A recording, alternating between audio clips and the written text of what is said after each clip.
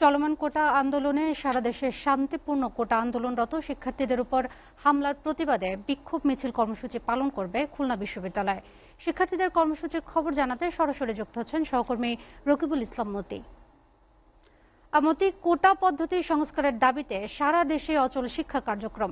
আজকের কর্মসূচি নিয়ে কি প্রস্তুতি দেখছেন জানাবেন।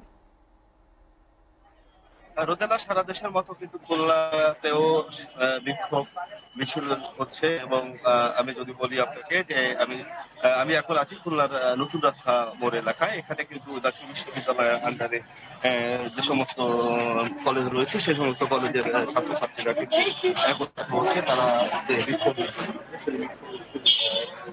দশটায় হওয়ার কথা ছিল, কিন্তু দশটার যেহেতু এখন পর্যন্ত তো তাদের যে ছাত্র সংখ্যা আসার কথা ছিল সেই ছাত্র সংখ্যা আসতে পারেনি, তার কারণে ওরা সাড়ে 10টায় করবে বলে আমাকে নিশ্চিত করেছে।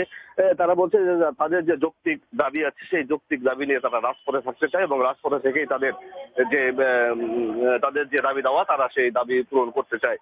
আমি কথা বলেছিলাম খুলনার বিভিন্ন ছাত্র আন্দোলনের সাথে যারা জড়িত আছে তাদের সাথে। তারা যে জিনিসটি বলতে চাচ্ছে যে যাদের সরকারের যে উস্কানি দিয়ে যে তাদের উপর যে ন্যাক্কারজনক হামলা চালিয়েছে সেই ন্যাক্কারজনক হামলা তারা কিন্তু বিচার চাচ্ছে এবং তারা বলছে যে তাদের এই অহেতুক যে হয়রানি করেছে যে গেল রাতে সেই সেই প্রতিবাদ কিন্তু তারা বারবার করছে এবং তারা বলছে যে তারা এই সুষ্ঠু বিচার চায় এবং সরকারের পক্ষ থেকে যে উস্কানি দিয়েই কিন্তু তাদের এই যে হামলা চালানো হয়েছে বলে তারা অভিযোগ করছে। আমি যদি একটু জানিয়ে রাখি যে খুলনায় কিন্তু 12টার দিকে নর্দার্ন ইউনিভার্সিটি এবং শিববাড়ি মোড় এলাকায় কিন্তু তারা বিক্ষোভ কর্মসূচি পালন করবে। এবার খুলনা বিশ্ববিদ্যালয়ের ছাত্রছাত্রীরা যারা আছে, সাধারণ ছাত্রছাত্রীরা আছে, তারাও কিন্তু দুপুর 12টা নাগাদ তারাও বিক্ষোভ কর্মসূচি হবে বলে আমাদেরকে জানিয়েছে।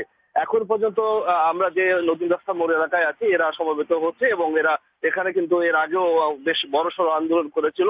আজকেও তারা বলছে যে তারা একত্রিত হয়ে যে তারা বড়সড় জন আন্দোলন করবে এবং বিক্ষোভ কর্মসূচি পালন করবে। যদিও আমার কাছে খুলনা থেকে কোটা বিরোধী আন্দোলনের সর্বশেষ খবর ছিল এই।